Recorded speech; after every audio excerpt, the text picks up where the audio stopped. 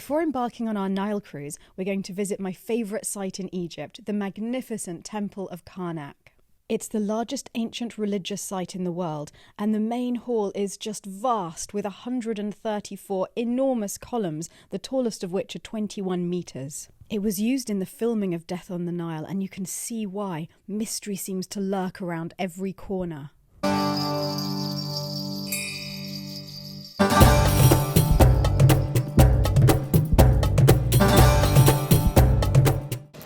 Fantastic, isn't it? Yeah, it's awe-inspiring. It sort of beats Birmingham Castle a little bit. This temple was in use for over 2,000 years, and each pharaoh added to it to honour the gods. At 29 metres high and carved from a single block of granite, the obelisk of the female pharaoh Hatshepsut is the tallest surviving ancient obelisk on Earth.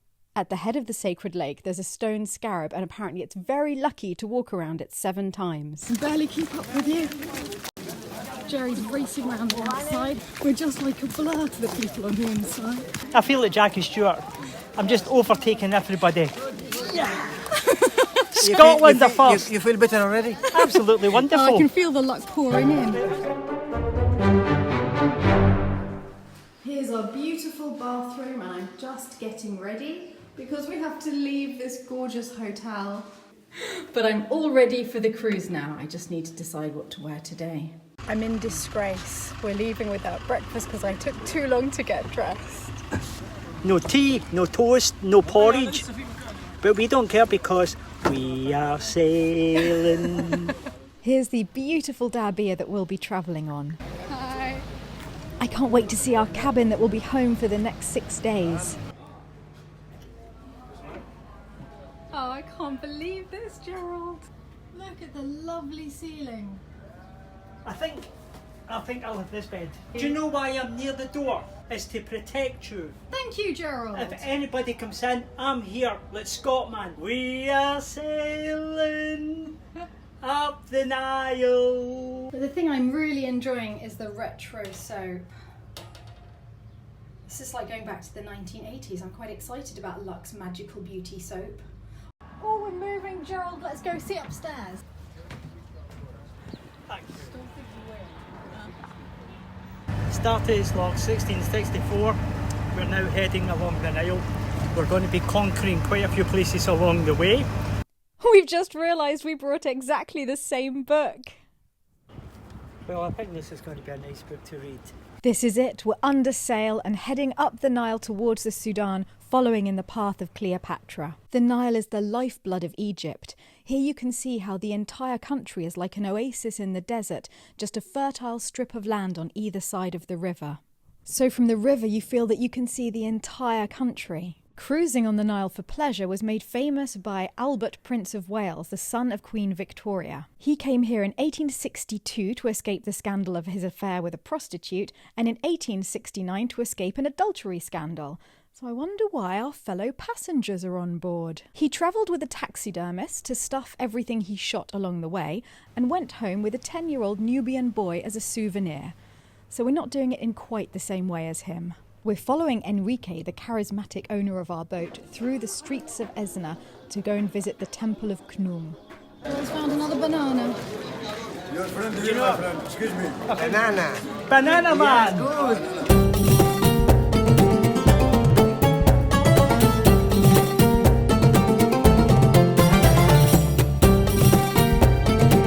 This is how sesame oil has been made for centuries.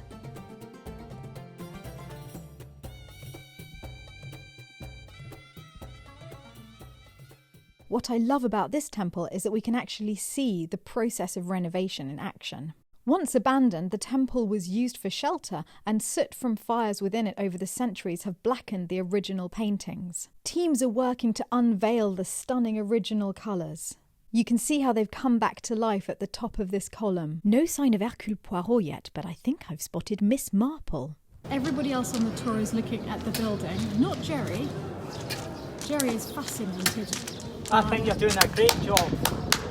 Brilliant. New areas of the temple are still being excavated. The owners of the homes on the top of this mount have been relocated by the Egyptian government as the site is cleared. Brilliant news! I have been pooed on by a bird. Truly the scarab beetle is working very well because the luck is raining down on me. I'm back on the boat and out of my lucky poo dress.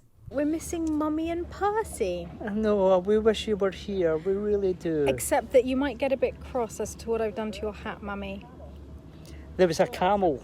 Oh yeah, there was a You camel know, and it stood on it. And the camel Then came it running sat on across it. the road.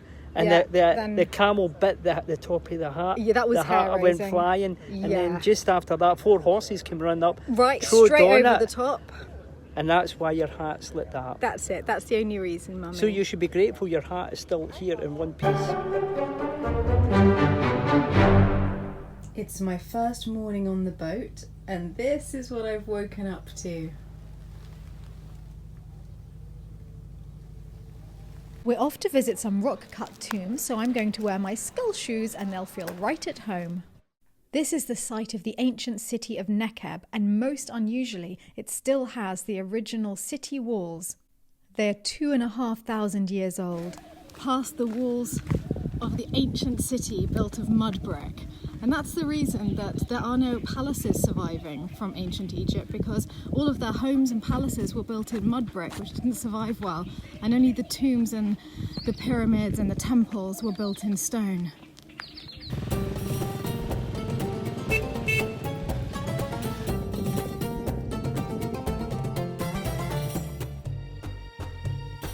This is Raiders of the Lost Ark 3. I feel like Indiana McJones. Today I'm going to be looking for the lost pound. John Bruce came here, the Scottish pioneer, and I believe he lost a pound here somewhere. So let's go down and look for a big spade. Unlike the tombs of the kings, which were filled with religious symbolism, the tombs of the nobles were filled with images of all of the things that they wanted in the afterlife, which was basically more of the same. So they were very clear about showing all of the things that they had and that they wanted to take with them. Here you can see the grape harvest and the pressing of the wine. We're leaving empty-handed because Jerry didn't find that pound, but we do need to find the boat. Home sweet home. Yay!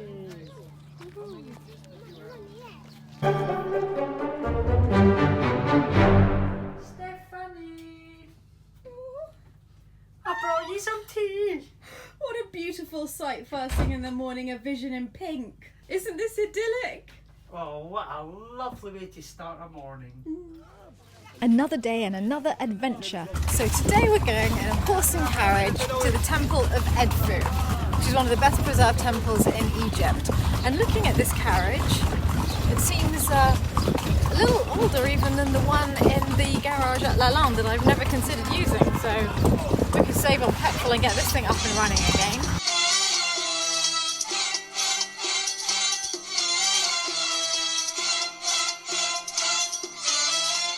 It all got a bit Ben-Hur back there, but we've made it in one piece, very quickly.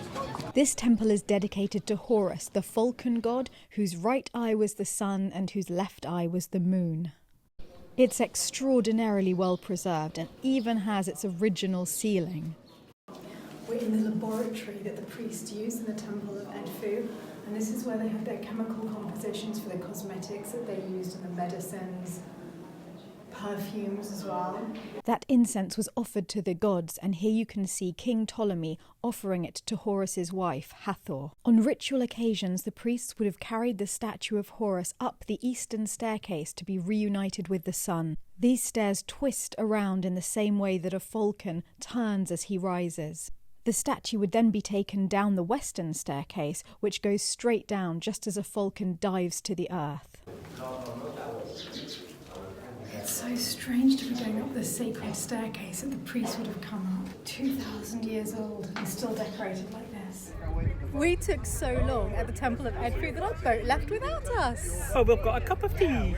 We're now on our sister boat, trying to catch up with our boat so that we can get aboard. We're saved! We found our boat moored in the most idyllic spot. Sorry to upset you, you left us all. Welcome back. Why did you leave us? Welcome back. Good. I've just woken up and I've opened the shutters to find that we are berthed in donkey paradise. We're in the laboratory that the priests used in the temple of Edfu, and this is where they have their chemical compositions for the cosmetics that they used and the medicines. We're in the laboratory that the priests used in the temple of Edfu, and this is where they have their chemical compositions for the cosmetics that they used and the medicines. Stephanie! What a beautiful sight first thing in the morning, a vision in pink. Isn't this idyllic? We're going to spend the morning visiting a traditional farm that produces mangoes and bananas. My name is Moses McGrady, and today I will be heading west to look for the promised land. Bad luck for you that we've come over to the East Bank then, isn't it? This is why I have never found the promised land. So let's go see some fruit trees instead. Bananas! You found your mothership. Yay! We're heading back to our boat in the motor launch, which I think by now is becoming a little infamous on the Nile as the party boat whenever Jerry steps onto it. ايوه يا جدي. Bring them on! Bring them on! We don't care! We are the people! This is a new form of dance I've not seen before.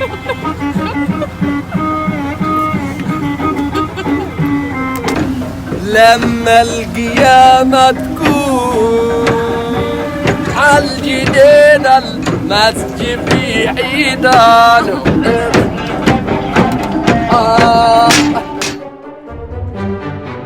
Oh dear, I've just got to the murder. And the woman who's been killed on the boat is renovating a big stately home and has red fingernails. From now on, I must be extra vigilant. We've set sail for Jebel al-Silsila, the quarries that produce the sandstone for the temples of ancient Egypt. It's the only overcast day of the holiday, and the air feels laden with sand and mystery. We're following Enrique on an adventure to find the rock-cut tombs created by the skilled workers for themselves. Though clambering around remote tombs is maybe unwise when you suspect that there may be a murderer on the boat. The body's still here, actually. It's looking surprisingly fresh. I've realised that's what I want in the afterlife, is a tomb with a view.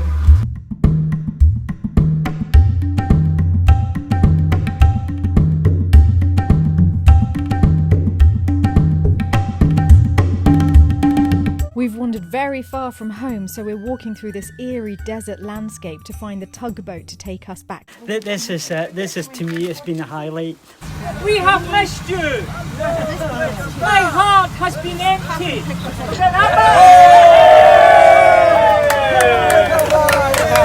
They missed him so much that whilst we were gone, the crew created a new Jerry out of towels on my bed. He's a lot quieter than usual. I'm just lying in bed, watching Egypt pass by as we float along the Nile. We found a little beach for the afternoon. The boat has broken down. Now the only way I can go and save everybody is to swim back to civilization. No! It's far too cold! It's freezing!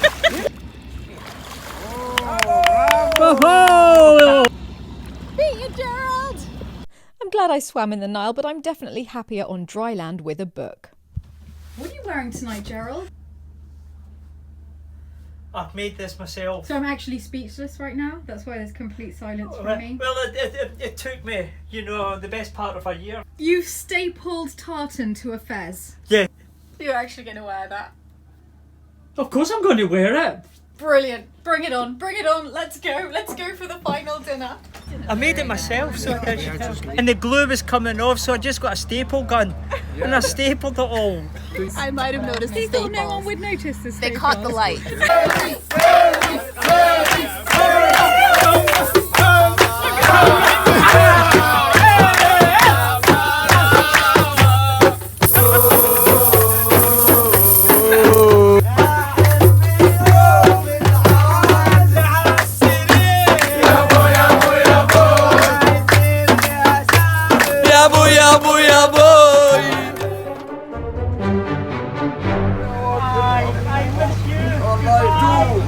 We're leaving the boat. I don't want to. I think they're going to find me as a stowaway there in a couple of weeks' time. We've reached Aswan, which is where Agatha Christie wrote Murder on the Nile. We end our journey here alive, but this is where her characters got onto their big steamer and sailed further south on their fateful voyage. We were keeping such a close eye on everyone that they wouldn't have dared mess with us. And Gerald is obviously a bit of an Hercule Poirot figure. Small, perfectly elegant, interesting accent. Yeah. That's me.